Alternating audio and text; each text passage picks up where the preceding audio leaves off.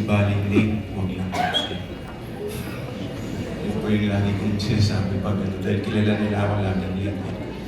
Siyempre sa bagal, ganun talaga. So, at least meron akong talent. So, ayun po.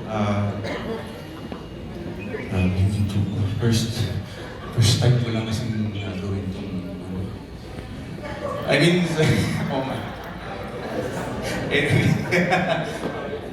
Ayun lang po. At least napatawa ko naman po kayo siguro, di ba? Siguro ikukwento ko na lang po ng bahagya. Yung huling pagsasama kasi namin ni Mami.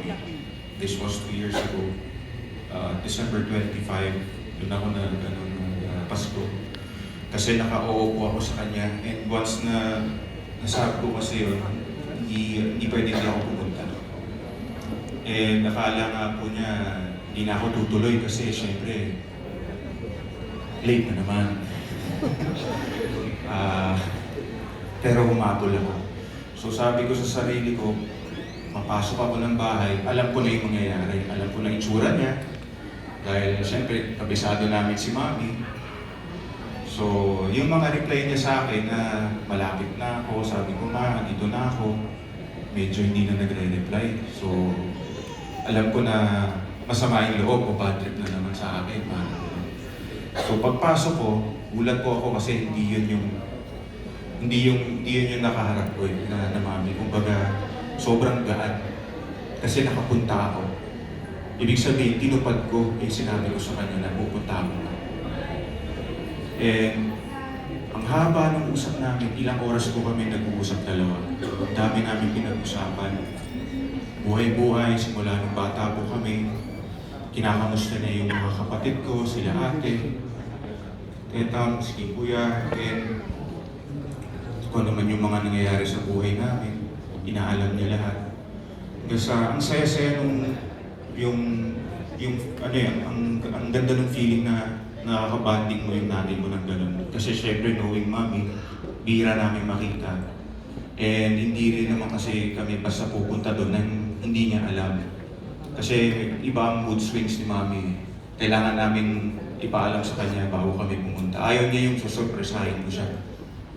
May ganun siya. So, ayun, ang haba ng usapan namin. Kaya yun yung hindi ko malimutan kasi napakabihira pong mangyari yung ganun.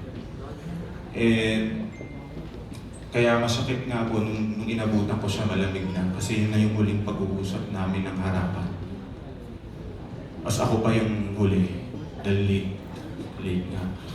So, yun po, marami pang mga magagandang yung mga nangyari sa amin ni Mami na hindi ko malimutan pero baka magtagal tayo dito ng hanggang alauna kaya hindi ko na paikli ko na lang. Siguro yung hindi ko malilimutan sa kanya is yung nag-show kami sa States. Kami ng kuya ko, kaming dalawa, tapos siya. Ang sabi niya sa akin, ando kami sa backstage. Bago siya mag-perform, kasi 4 na kanta po siya bago kami. I-duet ko yung kapatid ko. Sabi niya, mga anak, shock muna tayo. Pampalakas loob. So, nilapag na yung XO, ONEC ko yun, basta gano'n. Sabi namin, ayos, di ba? Nakakashot na tayo, bro. O sige, ako na anak sasalpak na ako, kayo nang bahala dyan. Hanggang sa lumakas nga yung loob namin, kasi naubos namin yung bote. So, ang ending, pagtapos ni Mami, nagulat siya, ba't ganun na yung mga itsura namin? Anak, okay lang ba kayo? Sabi namin, Ma, sorry po. O bakit? Kasi naubos namin yung bote mo. Tawa lang siya kasi iniisip namin baka mabad trip magalit. Hindi, natawa siya. So, ang saya nung naging show namin kasi nga, kumakanta kami lasing. At nagmali-mali na yung mga pinagkakanta namin, dalawa. Hanggang sa tumalon pa ng stage yung kuya ko dahil labo na yung shakes niya dahil tungkol siya. Akala ko matatalon sa mga tao eh. Diba? So, ang saya-saya ng mga experience na yung ganun ba na yung bonding namin with mommy.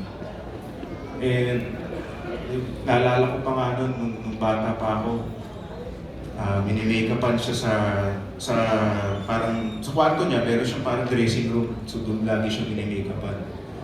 So dahil yung bahay niya is open sa lahat, siyempre yung mga fans, yung mga kasama niya sa industriya, yung mga director, scriptwriter, nandun lahat. Siyempre lagi mong naririnig, Ate Guy, Ate Guy. So ako, pumasok ako sa kwarto niya, natawag ko din siyang Ate Guy. Kundi yung ngiti niya, kabaliktaran yung nangyari. So nagulat din ako, kasi bakit yun yung lumabas sa bibig ko? Dinaser mo nang tuloy ako ng nanay ko. Diba? So alam mo yun, yung ganung yun yung mga naaalala ko kay mami. Saka yung papasama siya sa akin. So, mami, huwag kang magagalit. So, andun kami sa Las Vegas. Anak, samahan mo ako, pipindot lang ako. Okay ma, sige, enjoy lang. Siyempre doon, may mga libreng drinks. O di doon lang ako kasi di naman ako nagsusugal. So inayaan ko lang siya. So hanggang sa nanalo yung nanay ko. Siyempre, alam mo na, may lagay. O, bigay. Tuwan-tuwa ako. Hindi pa kami umuwi. Maya-maya, anak, nandiyan pa ba yung binigay ko? Bakit ma? Tataya lang ako, palalaki natin ulit. So wala na akong kawala kasi alam niya, binigyan niya ako. So, ayun lang po, yun yung konting maisi-share ko sa inyo. And I'm sure sa mga malapit po sa mami namin na nandito, marami pa po kayong mga experience na mga ganda na kasama siya. Kasi yun nga, sabi ko nga, napaka-bitin naman kasi biglaan na itong nangyari. Sana man lang umabot man siya ng mga 90 plus, di ba? Para ang dami pa namin napag-usapan kasi parang to be continued pa yung usapan namin eh. Hindi pa tapos eh. So, buti na kaya, nakakala ko magkukulapsa ko kanina eh. Yan po. So, yun na po, yun yung experience na para naman medyo masaya tayo kasi ako na rin umiyak dahil drain na po kami. So, totoo lang, sobrang sakit ng nangyari. And siguro naman po na-witness niyo yun, pati sa mga interviews. Siguro masasabi ko lang na mahal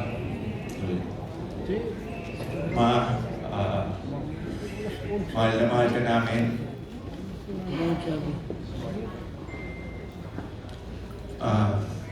Alam kong mapayapa ka na. Kasama mo na ang Panginoon. Sana gabayan niyo kami lagi. Kaming magkakapatid, ang pamilya mo. Kaming mga mahal mo sa buhay.